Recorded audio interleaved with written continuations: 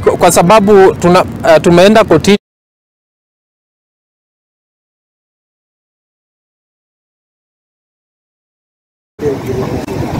peanwe anymore kuanzia leo, yasipeanwe mpaka watu wote wakuje kotini waeleze court ni kwa nini hawajapeana malipo yenye walipewa na Kenya Railway Corporation na National Land Commission.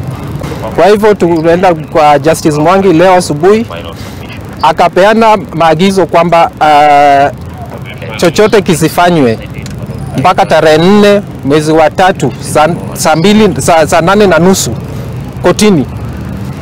Chochote kisifanywe inaitwa status quo. Chochote kisifanywe kwa subject property ile venye tulisema, malipo yasifanywe na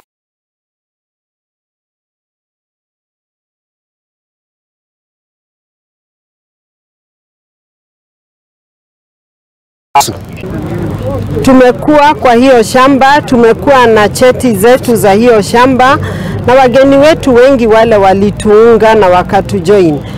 Sisi hatukuhusishwa wakati wa kwenda kazi ilipokuwa ikigao pesa vile zimeendelea. Watu wengi ambaye walikuwa wana shares wameachwa nje. Sisi tunakuja hapa kusema shamba letu hatujahusika na activity yeyote ile imeendelea huko. Na tungependa serikali ingilie kati, kwa sababu hii ndio shamba ya mwisho wa Masai. Hakuna shamba ingine tuko nayo.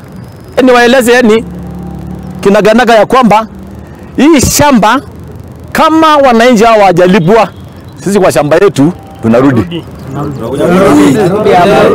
Kwa shamba yetu tunaingia.